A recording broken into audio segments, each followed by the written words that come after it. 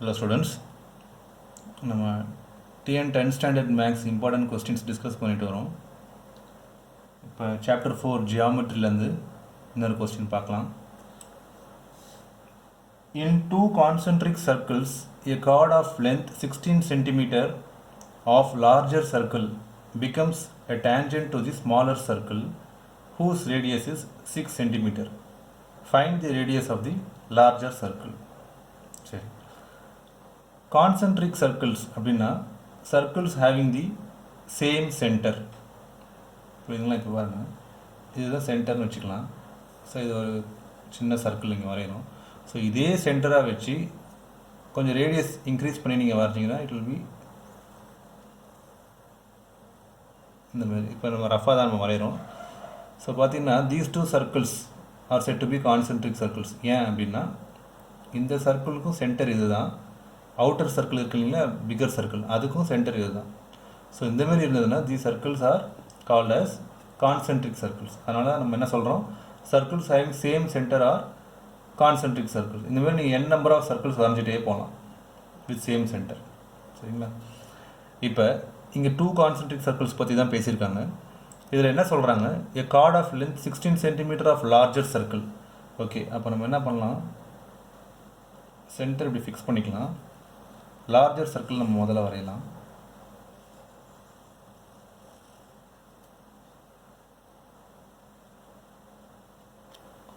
Okay, இதுக்கு வந்து ஒரு கார்டு வரைய போகிறோம். ஆஃப் லென்த் 16 cm இருக்கணும்.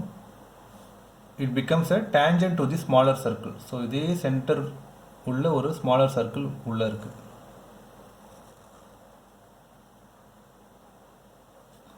Okay, so these two are concentric circles. இப்போ நான் லார்ஜர் சர்க்கிளுக்கு தான் அவங்க வந்து கார்டு கொடுத்துருக்காங்க. So a chord of length 16 cm of larger circle. அப்போ இதுக்கு வந்து நம்ம கார்டு வரையணும். கார்டுன்றது ஒன்றும் இல்லை. ஸோ டூ எக்ஸ்ட்ரீம்ஸை வந்து நம்ம கனெக்ட் பண்ணுற மாதிரி ஒரு லைன் செக்மெண்ட் வரைகிறீங்க அப்படின்னா this is a card. So இந்த அவுட்டர் சர்க்கிளுக்கு இது ஒரு கார்டு. இங்கேருந்து இப்படி வரைஞ்சிங்கன்னா இது ஒரு கார்டு. புரியுதுங்களா? இங்கேருந்து இப்படி கூட வரையலாம் chord. So the largest chord of a சர்க்கிள்ன்றது என்ன வரும் அப்போ, it will be the diameter of the circle. ஏன்னா அதுக்கப்புறமா நீங்கள் எந்த கார்டு வரைஞ்சாலுமே சரி இந்த டயமீட்டரோட லென்த் கம்மியாக தான் இருக்கும். That is we say the largest chord of a circle is its diameter. சரிங்களா? ஸோ அந்த மாதிரி இப்போ இந்த லார்ஜஸ்ட் சர்க்கிள் வந்து நம்ம அவுட்டர் சர்க்கிள் தான். ஸோ இதுக்கு ஒரு கார்டு வரைய போகிறோம் ஆஃப் லென்த் 16 cm. அது எப்படி இருக்கணும் அப்படின்னா, it becomes a tangent to the smaller circle. அப்படின்னா இந்த ஸ்மாலர் சர்க்கிளோட சர்க்கம்ஃபரன்ஸை அப்படி டச் பண்ணிட்டு வரணும் எக்ஸ்டீரியராக, அதுதான் டேஞ்சன்ட். ஸோ நம்ம எப்படி வரையலாம்னா, ஃபார் ஈஸ் ஆஃப் கன்வீனியன்ஸ் இதுதான் லார்ஜர் சர்க்கிள். நான் கார்டு எப்படி வரைவேன்னா, இந்த எக்ஸ்ட்ரீம்லேருந்து இந்த எக்ஸ்ட்ரீம் கனெக்ட் பண்ணுற மாதிரி வரைவேன். அதே நேரத்தில் திஸ் லைன் செக்மெண்ட், அதாவது இந்த card should also act as a tangent to the smaller circle. அப்போ ஜஸ்ட் இப்படி இங்கே இந்த ஒரு பாயிண்ட் இப்படி டச் பண்ணிட்டு இப்படி போகணும். சரிங்களா? ஸோ இந்தமாரி நீங்கள் வரைஞ்சிங்க அப்படின்னா we are satisfying both the conditions. என்ன conditions? a chord of length 16 cm. So இது லென்த் ஏபின்னு வச்சுக்கோங்க. such that AB is equal to 16 cm நான் வரைஞ்சிருக்கிறேன். Okay, of the larger circle. ஆமாம், லார்ஜர் சர்க்கிளுக்கு தான் அந்த கார்டு நான் வரைஞ்சிருக்கேன். Also it becomes a tangent to the smaller circle. பாருங்கள், இந்த கார்டுன்றது இந்த ஸ்மாலர் சர்க்கிளுக்கு டேஞ்சண்ட்டாகவும் கடந்து செல்லுது. ஸோ அதனால் ரெண்டு கண்டிஷன் நம்ம சாட்டிஸ்ஃபை பண்ணுற மாதிரி நம்ம ரஃப் டயக்ராமில் வரைஞ்சிட்டோம். Okay, to the smaller circle it becomes a tangent to the smaller circle whose radius is 6 cm. அப்படின்னா இந்த சர்க்கிளோட ரேடியஸ் வந்து, இந்த ஸ்மாலர் சர்க்கிளோட ரேடியஸ் வந்து 6 cm சொல்லி கொடுத்துருக்காங்க. ஸோ இங்கேருந்து இந்த டிஸ்டன்ஸ் என்ன வரும், 6 cm.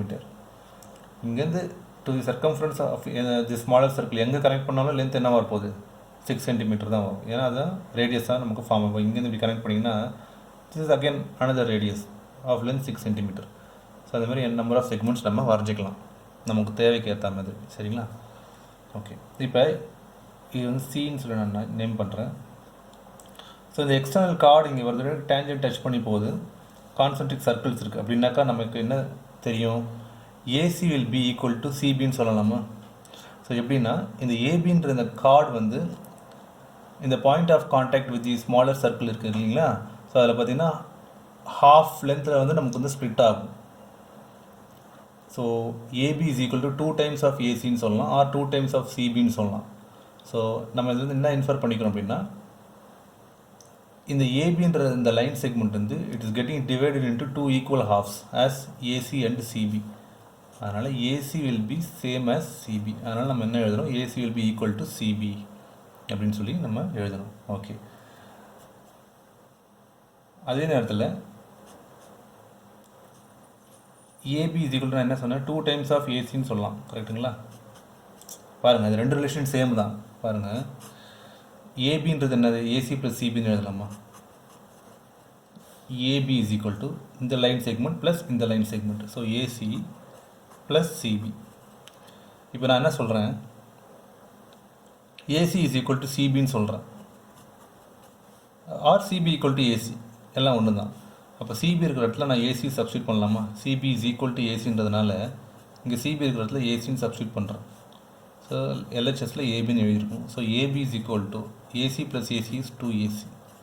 இதுதான் இங்கேயும் எழுதியிருக்கும். சரிங்களா? ஸோ ஜஸ்ட் வந்து ஈக்குவலாக வந்து டிவைட் ஆகுது, அதுதான், வேறு ஒன்றும் கிடையாது.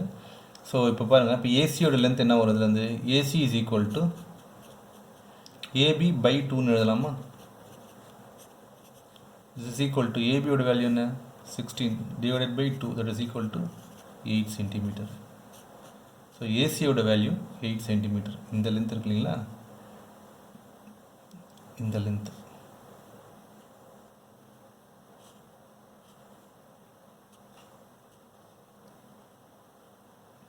இது வந்து 8 centimeter. அவங்க என்ன கேட்குறாங்க, find the radius of the larger circle கேட்குறாங்க.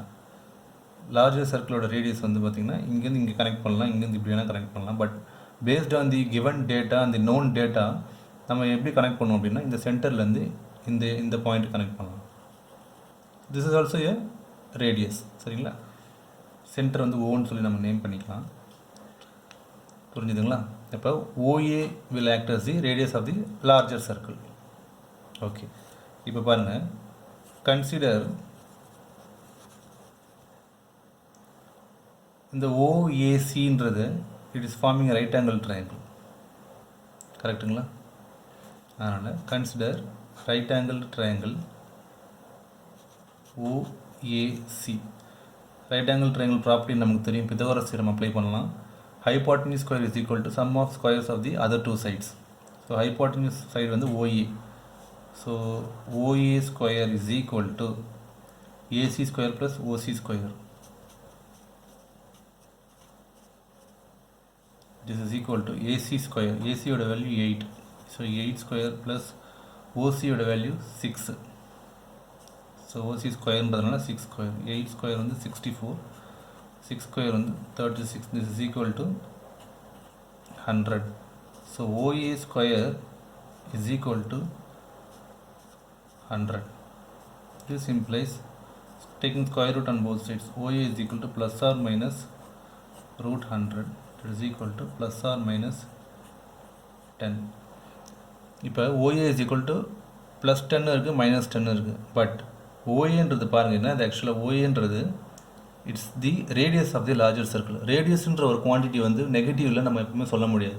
Draw a circle of radius -3 centimetre சொன்னால் நம்மளால் வரைய முடியுமா? வரைய முடியாது. Draw a circle of radius 3 சென்டிமீட்டர்னு சொன்னால் நம்மளால் வரைய முடியும். ஸோ மேத்தமெட்டிக்கலி நமக்கு இந்த மாதிரியான ஒரு ரிசல்ட் கிடைச்சாலும் ப்ராக்டிக்கலி ஸ்பீக்கிங் -10 உள்ள ஒரு ரேடியஸ் உள்ள ஒரு சர்க்கிளை நம்மளால் வரையவே முடியாது எப்போவுமே. அதனால் நம்ம இந்த நெகட்டிவ் வேல்யூவை டிஸ்கார்ட் பண்ணிடலாம். Since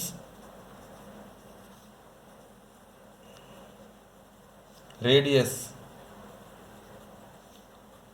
cannot be negative, OA is equal to 10 centimeter. Therefore, the radius of the larger circle